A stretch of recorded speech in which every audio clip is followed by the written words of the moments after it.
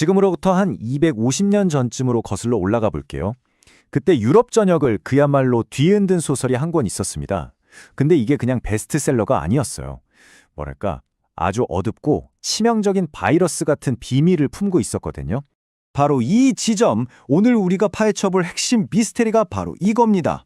아니, 어떻게 그냥 작가가 만들어낸 허구의 이야기가 현실 세계에, 그것도 아주 끔찍한 비극을 불러일으키는 그런 힘을 가질 수 있었을까요? 지금 화면에 보이는 이 숫자, 2,000명. 이게 뭘 의미하는지 아세요? 이게 바로 소설 딱 한 권 때문에 유럽 전역에서 스스로 목숨을 끊은 걸로 추정되는 사람들의 숫자입니다. 정말 엄청난 비극이죠. 근데 이 모든 비극의 시작은요, 놀랍게도 한 남자의 사랑 이야기였습니다. 자, 그럼 먼저 도대체 어떤 이야기길래 이토록 위험한 힘을 가졌는지 그 소설의 가장 핵심으로 한번 들어가 보죠. 모든 걸 집어삼켜버린 한 남자의 이루어질 수 없는 사랑 이야기 속으로요. 이야기의 주인공은 베르테르라는 젊은 예술가인데요. 아주 감수성이 풍부한 친구죠.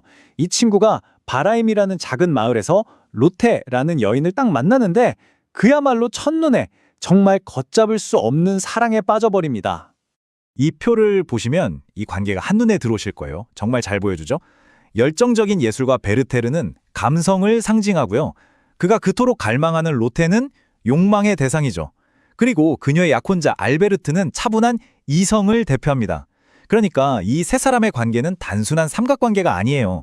당시 18세기 유럽 전체를 관통하던 감성과 이성의 그 거대한 대립이 이 세 사람 안에 그대로 압축되어 있는 거죠. 결국 어떻게 됐을까요? 로테는 이성적인 알베르트와 결혼을 해버립니다. 여기서부터 베르테르의 고통이 정말 극에 달하기 시작하는 거죠. 그의 순수했던 열정은 이제 질투와 고통, 그리고 아주 깊은 절망으로 변해버리고 맙니다. 결국 마지막으로 로테를 만난 뒤에 베르테르는 더 이상 다른 길을 찾지 못해요. 오직 한 가지 탈출구만 보게 된 거죠. 그는 연적인 알베르트에게서 권총을 빌려서 자신의 머리를 쏘아 생을 마감합니다. 이거 정말 너무 극적이지 않나요? 자신의 사랑을 가로막은 그 남자의 총으로 자신의 비극적인 사람의 끝을 맺다니 말이에요.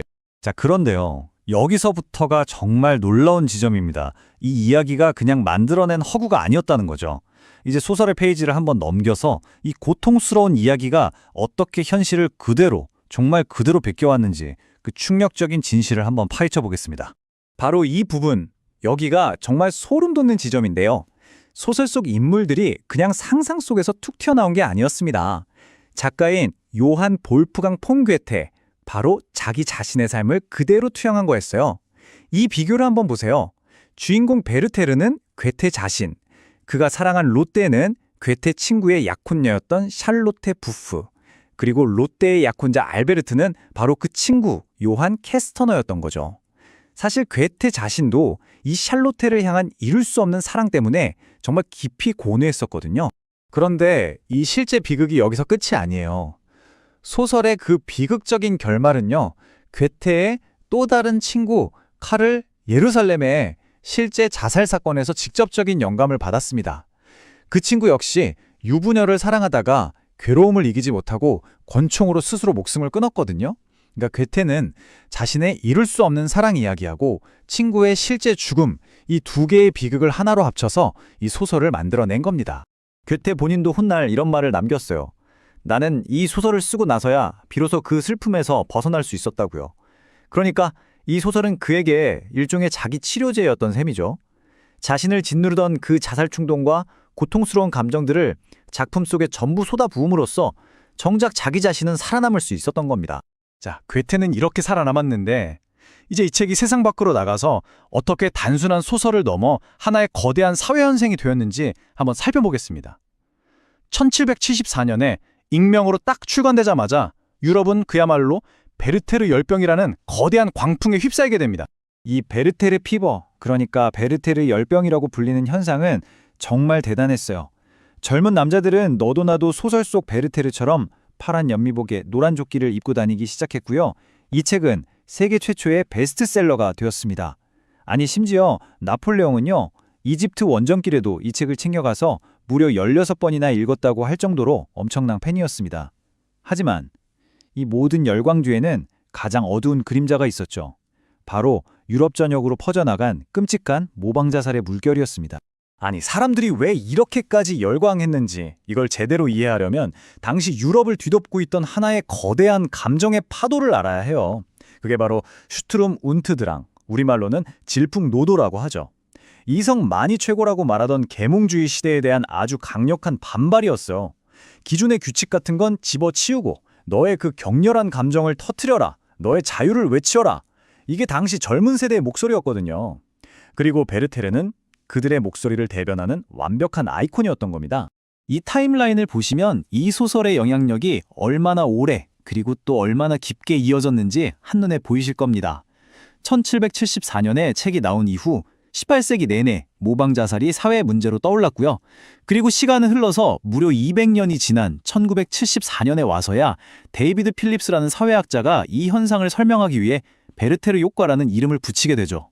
그러니까 소설 한 편이 현대사회학의 아주 중요한 개념이 되어버린 겁니다. 대단하죠? 자, 그럼 이 소설이 남긴 유산은 오늘날 우리에게까지 어떻게 이어지고 있을까요? 작가 본인의 복잡했던 마음부터 시작해서 아주 의외의 현대적인 흔적까지 그 마지막 이야기를 한번 따라가 보겠습니다. 근데 여기서 정말 아이러니한 사실이 하나 있어요. 정작 작가인 괴테는 나이가 들면서 자신을 세계적인 스타로 만들어준 바로 이 책을 점점 싫어하게 됐다는 거예요. 심지어 퇴폐적이라고 막 비난하기까지 했으니까요. 하지만 평생 베르테르의 작가라는 꼬리표에서는 벗어날 수 없었죠. 그리고 여기서 정말 상상도 못했던 아주 의외의 연결고리를 하나 발견하게 됩니다. 바로 우리나라의 롯데그룹이에요. 창업주인 신격호 회장님이 젊은 시절에 이 소설을 읽고 정말 깊은 감명을 받으셨대요. 그래서 여주인공 롯데의 이름에서 기업명을 따온 거라고 합니다. 참 신기하죠? 비극적인 사랑의 주인공이 오늘날 거대 기업의 이름으로 우리 곁에 살아 숨쉬고 있는 셈이니까요. 자, 이제 이야기를 마무리하면서 마지막으로 여러분께 이런 질문을 한번 던져보고 싶습니다. 250년 전 젊은 베르테르의 슬픔이 그랬던 것처럼 지금 우리 세대의 감성을 뒤흔들고 때로는 위험한 영향력까지 행사하는 우리 시대의 베르테르는 과연 무엇일까요? 한 번쯤 생각해볼 문제인 것 같습니다.